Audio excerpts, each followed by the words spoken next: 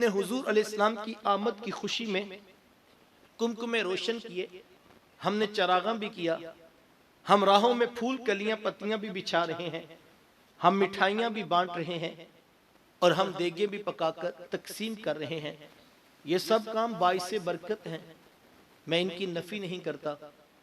कोई नादान ही होगा बेचारा जो इस उन्वान पर उलझ पड़े या कोई फतवा उम्मत पर लगा दे। मैं तो सिर्फ एक सादा सा जुमला कहता हूं और अगर समझ आ जाए तो ये एक जुमला भी काफी है। क्या ख्याल है हुजूर वाला, अगर हुजूर अलैहिस्सलाम की आमद की खुशी भी नहीं मनानी तो यार फिर कायनात में खुशी बचती कौन सी है? खुशी होती क्या है? खुशी कहते किसे हैं? कायनात की जितनी भी खुशियां हैं ये सदका है आमिना के लाल का, ये हुजूर का सदका है। जरा पीछे पलट कर इंसान देखो तो सही, उसके पास था क्या? क्या ये इंसान उनकी तशरीफ आवरी से कबल चांद को अपना खुदा नहीं कहता था? क्या ये इंसान सूरज की परस्तिश नहीं करता था? क्या ये सितारों को अपना माबूद नहीं समझता था? ये आज दलाइल पूछने वाला इंसान जरा पीछे पलट कर तो देखे इसकी हैसियत क्या थी। ये तो इतनी दर्दनाक जिल्लतों की गिरावट का शिकार था कि ये अपने ही हाथों से बुत बनाता था और उसके सामने पेशानी रख के उसको खुदा समझ बैठा था। इस इंसान की तारीख इतनी दर्दनाक है, कभी सांप कभी बिच्छुओं, हत्ता कि इसने तो केचवे को भी अपना माबूद समझा था। ये तो करम हो गया धरती पे सोने मोहम्मद के मुबारक कदम आए और उन्होंने आके बताया कि तेरी पेशानी चांद सूरज सितारों हजरो शजर के आगे निकली झुकने बनाई गई, तेरी पेशानी बनाई है सोने मोहम्मद के रब के हुजूर झुकने के लिए। ये तो करम हुआ कि हुजूर इस कायनात में जलवा फिरास हुए, बहन को इज्जत और बेटी को विकार की मसनत मिली। कायनात की कीमती मता जन्नत थी, खींच करके मां के कदमों तले रख दी। और कितनी बड़ी बात इरशाद फरमाई, फरमाया जिसका बाप राजी है उसका अर्श का रहमान भी राजी है। माँ बाप की रिजा में रब की रिजा का मुइदा रहमत सुनाया गया। तो ये कुमकुमे, ये रोशनियां, ये चराग, ये फूल, ये कलियां, ये मिठाइयां, ये सब बाइस से बरकत।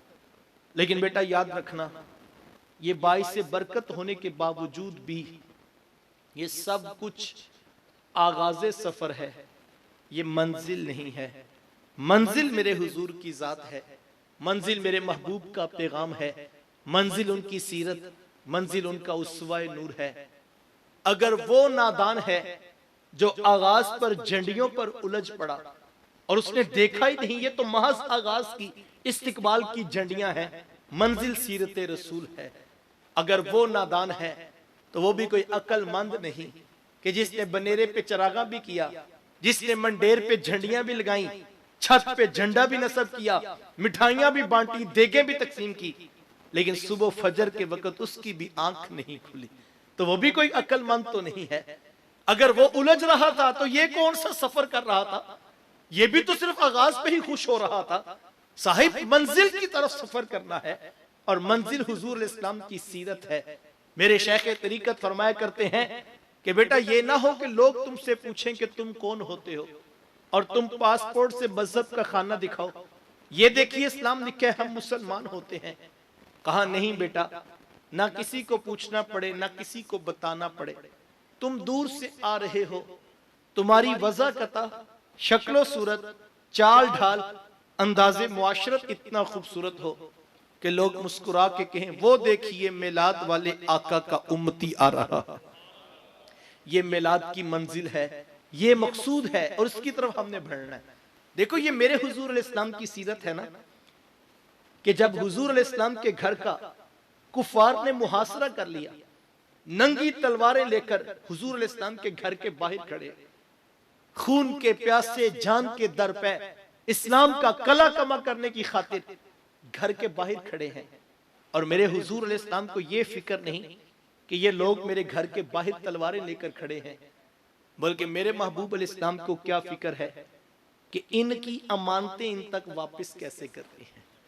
जरा गौर तो कीजिए, किरदार की चमक तो देखिए, मयार तो देखिए, किनकी अमानतें जो तलवारें लेकर अबू जहल की हमायत पे मेरे हुजूर के घर के सामने खड़े, किनकी अमानतें जो अबू लहब के मिशन से इतने मुखलिस हैं कि उसके कहने पे तलवार लेके मेरे हुजूर के घर बाहर खड़े। जहन में सवाल पैदा होता है, यार जो अबू जहल से इतना प्यार करता था, जो अबू लहब के मिशन से इतना मुखलिस था, तो यार वो अपनी अमानतें अबू जहल के घर में क्यों नहीं रखवाता? वो अपनी अमानतें अबू लहब के घर क्यों नहीं रखवाता? इसलिए कि उसको भी पता था अबू जहल तो धोखा देगा, मोहम्मद ने कभी धोखा नहीं दिया है। ये वो किरदार की चमक है जो हुजूर इस्लाम ने उम्मत को दी।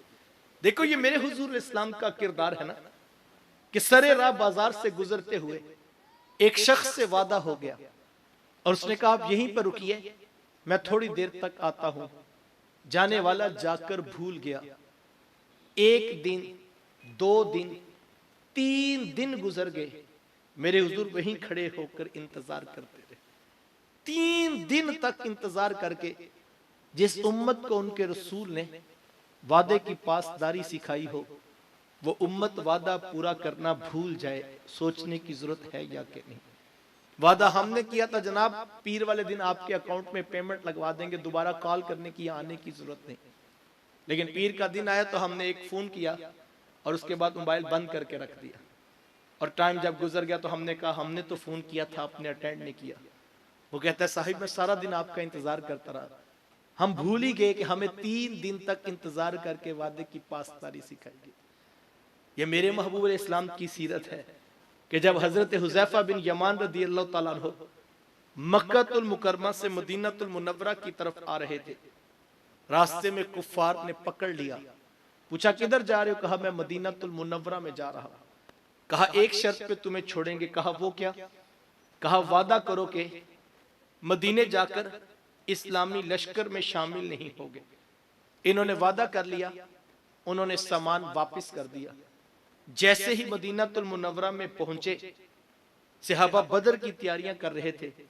ये जल्दी जल्दी अपना सामान रख के तैयारी करके आके लश्कर में शामिल हो गए। मेरे हुजूर अलैहिस्सलाम तक खबर पहुंची कि हुज़ैफा बिन यमान भी तशरीफ ले आए हैं। हुजूर अलैहिस्सलाम ने बुलाया और फरमाया हुज़ैफा वहां काफिरों से वादा किया था ना कि जाके लश्कर में शामिल नहीं होगा। अर्ज की जी हुजूर वादा किया था। फरमाया हुज़ैफा फिर आप यहाँ क्यों आगे हैं? करने हैं, तुमने तो अपने रसूल को देखना है। मेरे लिए मशअले राह तो मेरे रसूल का किरदार है, मेरे लिए ज़ाब्ता हयात तो मेरे हुजूर की सीरत है। तो मैं आपको दावत फिक्र देता हूं, जहां आप कुमकुमे रोशन कर रहे हैं, जहां चरागा कर रहे हैं, राहों में फूल कलियां पत्तियां बिछा रहे हैं, तो कितना अच्छा हो कि हम महफिल मिलाद से पैगाम रसूल लेकर घरों को पलटें।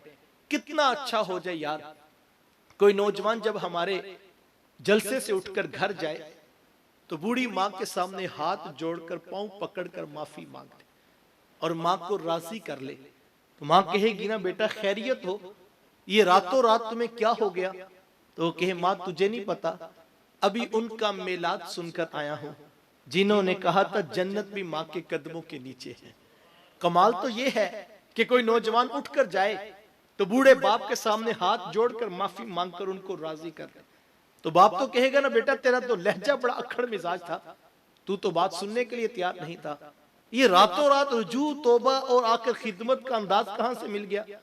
मजा ये है कि वो कहे अब्बा जी आपको नहीं पता, रात तो उनका मिलाद सुनकर आया हूं जिन्होंने फरमाया था बाप राजी है तो अर्श का रहमान भी राजी है। कमाल ये है कि कोई नौजवान सुबह फजर की नमाज में बाजमात नजर आ जाए तो अल्लामा सब पूछेंगे ना भाई आज पहली नमाज फजर की और वो भी बाजमात, ये रातों रात तब्दीली कहां से आ गई?